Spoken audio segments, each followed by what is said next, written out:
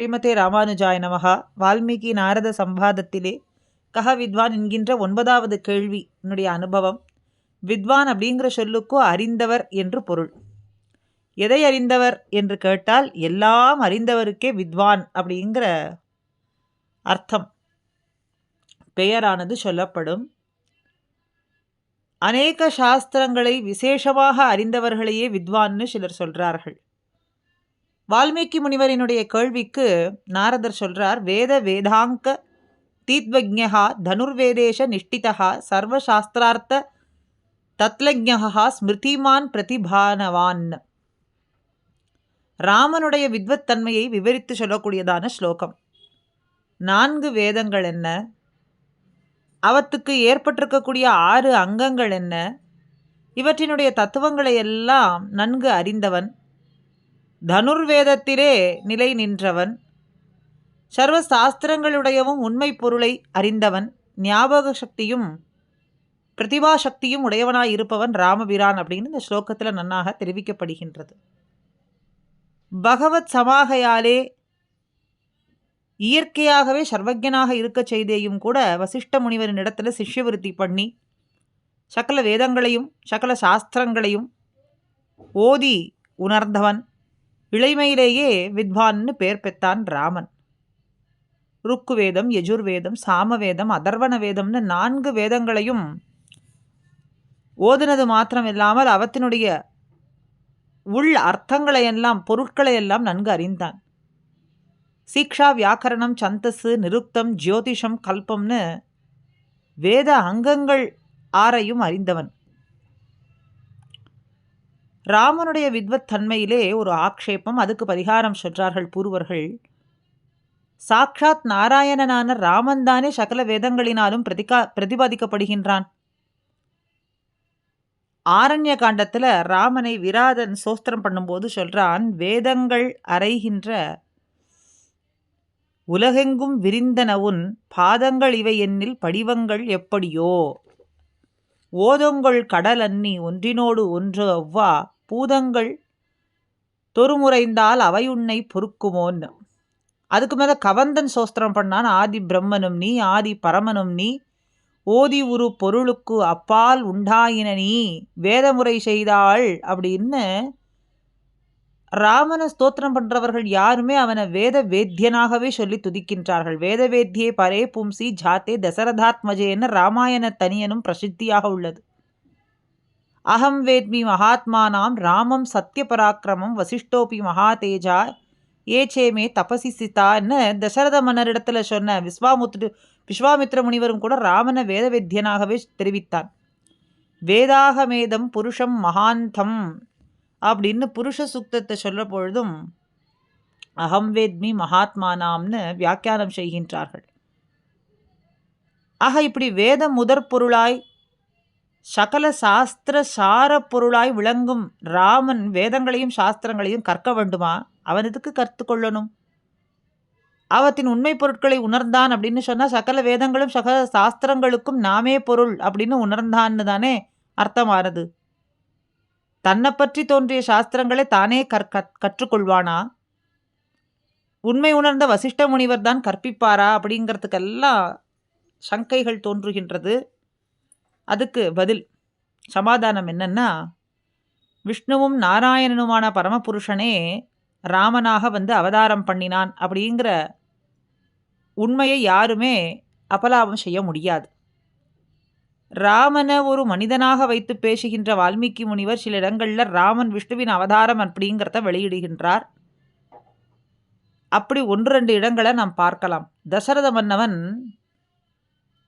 புத்திரகாமனாய் வேள்வியை செய்யும் பொழுது அங்கு வந்து சேர்ந்த தேவர்கள் அனைவரும் ராவணனுடைய தொந்தரவுகளை எல்லாம் சொல்லி வருந்துகின்றார்கள். ஏதஸ்மின் நந்தரே விஷ்ணு ரூபயாதோ மகாத்யுதிகி அப்படின்னு விஷ்ணுவினிடத்துல வந்து சொல்றார்கள்.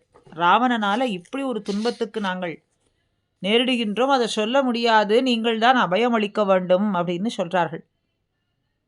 அதுக்கு மேலே அயோத்தியா காண்டத்தில் முதல் சர்க்கத்தில் சஹி தேவை ருதீர்ணஸ்ய ராவணஸ்ய வதார்த்திபிகி அர்த்தித்தோ மானுஷே லோகே ஜக்ஞே விஷ்ணு சனாதனஹான்.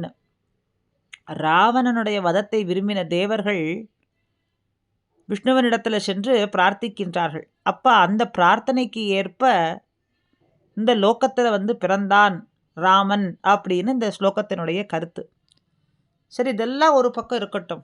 யுத்த காண்டத்தில் 120வது சர்க்கத்தில் பிராட்டி அக்னி பிரவேசம் செய்யக்கூடிய பிரகரணம். அப்போது சகல தேவர்களும் ராமபிரான் இடத்துல சொல்கிறார்களாம், கர்த்தா சர்வசிய லோகசிய ஸ்ரேஷ்டோ ஞானவதாம் வரஹா உபேக்ஷேசே கதம் சீதாம் பதந்தீம் ஹ்யவ வாகனேன்னு இப்படி சொல்லி கொண்டு வரார்கள். ராமா சர்வேஸ்வரன் அப்படிங்கிறத அவர்கள் அறிந்திருக்கவில்லையா? அப்போ ராமன் அதற்கு விடை சொல்றான், ஆத்மானா மானுஷம் மன்யே ராமம் தசரதாத்மஜம்னு. இது வெகு சமத்காரணமான மறுமொழி. சத்தியவாதிகளில் தலைவனான ராமன் சொல்றான், நான் நாராயணன் கிடையாது அப்படின்னு நான் சொல்லிக்கொள்ள மாட்டேன், நாராயணன் தான் நான் அப்படின்னு உண்மையை சொல்லிக்கொண்டால் இங்கே ரசபங்கமாகும். அப்போது ரசபங்கமும் இல்லாமல் பொய் சொன்னதும் ஆகாமல் வெகு சாமர்த்தியமாக சொல்கிறானாம், ஆத்மானாம் மானுஷம் மன்யேன்னு. நான் நாராயணனாயிருந்தாலும் இப்பொழுது சாமானிய மானிட கோலம் கொண்டு வந்திருக்கேன் அப்படின்னு தன்னுடைய தன்மையை வெளியிட்டருளினான் ராமன். இப்படிப்பட்ட மனுஷ்ய பாவனைக்கு சேர ராமாயண கதைகள் பெரும்பாலும் நடைபெற்றிருக்கு. அயோத்தியா காண்டத்தில் ராமன் தசரதனிடத்தில் யுவராஜ பட்டாபிஷேகத்திற்கு நியமனம் பெற்று சில சடங்குகள்லாம் அனுஷ்டித்ததாக சொல்லப்படுறது. சகபத்னியா விசாலாக்ஷியா நாராயண முபாகமத்துன்னு தானும் பிராட்டியுமாக நாராயணனை தொழுதான் அப்படின்னு. மகத்தே நைவதாயாத்மஜம் ஜுஹாவ ஜுவலித்தே அனலேன்னு வேறு ஒரு தேவதைக்கு ஹோமம் பண்ணினதாகவும் சொல்லப்படுறது. யுத்த காண்டத்தில் ராவணனை வதைக்கும் பொருட்டு அகத்திய முனிவரிடத்தில் ஆதித்ய ஹிருதய உபதேசம் பெற்றதாகவும் சொல்லப்படுறது. இப்படிப்பட்ட பல விஷயங்களை பொருந்திவிட வேண்டும் அப்படின்னு சொன்னால் ராமனை ஸ்ரீமன் நாராயணன் மூர்த்தியாகவே வைத்து பொருந்திவிட முடியாது. அப்போ அந்தந்த இடங்களுக்கு ஆத்மானா மானுஷம் மன்யே ராமம் தசரதாத்மஜம் அப்படின்னு அவனுடைய சொல்லக்கொண்டே தசரதாத்மஜனான ஒரு மனுஷன் என்று தான் நாம் வைத்து இந்த இடத்துல பார்க்க வேண்டும். ராமன் வேதங்களையும் வேதாந்தங்களையும் வேத அங்கங்களையும் ஓதினான் அப்படிங்கிற விஷயத்தையும், மகாவிஷ்ணுக்கு ஆராதனை பண்ணினான், யஜ்யங்களை நடத்தினான் அப்படிங்கிற விஷயத்தையும் இந்த வழியாகவே நாம் ஏற்றுக்கொள்ளலாம். ஆக ராமன் வேதாங்கங்களை ஓதி வித்வான் அப்படிங்கிற பேர் பெற்றான்ங்கிறதுல ஒரு குறையும் இல்லை அப்படின்னு இந்த இடத்துல சமாதானம் சொல்கிறார்கள். அவன் இதெல்லாம் ஓதி வித்வான் என்று நாம் கொள்ள வேண்டும். இது ஒரு அர்த்தம். மற்றொரு வகையில் வித்வான் அப்படிங்கிறதுக்கு சர்வஜன்னு சொல்லலாம் அர்த்தம். எம்பெருமானான நாராயணனுக்குள்ள சர்வஜத்துவத்தை சொல்கிறார்கள். அவனுக்கு பகவான் அப்படின்னு பெயர். ஞான சக்தி பல ஐஸ்வர்யம் வீரியம் தேஜஸ் அப்படிங்கிற 6 குணங்களுக்கு பகம் அப்படின்னு பெயர். அந்த குணங்கள் உடைமையை பற்றி பகவான்னு சொல்கிறார். இப்போ பகம் என்கின்ற இந்த 6 பிரதானமான குணங்களை உடையவன் என்பதனாலே பகவான் அப்படின்னு பெயர். இதில் முதலாவது ஞானம், அதாவது யுகபத நிசமக்ஷைஹி ஸ்வதோவாக்ஷ காரியே நியமம் அநியமம் வா பிராப்பிய ரங்காதிராஜன். ரங்கராஜஸ்தவ உத்தர சதகத்தில் பட்டர் அருளி செய்கின்றார், அனைத்தையும் கையிலங்கு நெல்லிக்கடி போலே காணவல்லவர் அப்படின்னு. உபனிஷத்துகள் கூட பகவானுடைய வித்வத்துன்மையை ஆச்சரியமாக சொல்கிறது. பஷ்யதி அக்ஷுஷ்ச ஸ்ருணோதி அகர்ணகா. பகவானுக்கு கண் கிடையாது, ஆனாலும் அவன் காணாதது இல்லை. அவனுக்கு காது கிடையாது, ஆனாலும் அவன் கேளாததில்லை. அவனுக்கு கை கிடையாது, ஆனாலும் எல்லா பொருட்களையும் எடுக்கிறான். அவனுக்கு கால் கிடையாது, ஆனாலும் அவன் எங்கும் விரைந்து செல்றான் அப்படின்னு உபனிஷத்தினுடைய கருத்து. உள்ளுவார் உள்ளித்தெல்லாம் உடனிருந்து அருதின்னு திருமாலையிலே தொண்டரடி பொடியாழ்வாரும் அருளி செய்கிறாரே. அப்படி பொருளான பெருமாள் அறியாததுன்னு ஒன்று உண்டா அப்படின்னு சொல்கிறார்கள். ஆக இந்த வித்வான் அப்படிங்கிறதுக்கு சர்வஜத்வம் என்பதை அடுத்த பதிவிலேயே கூடியிருந்து அனுபவிப்போம். ஸ்ரீமதே ராமானுஜாய நமஹா.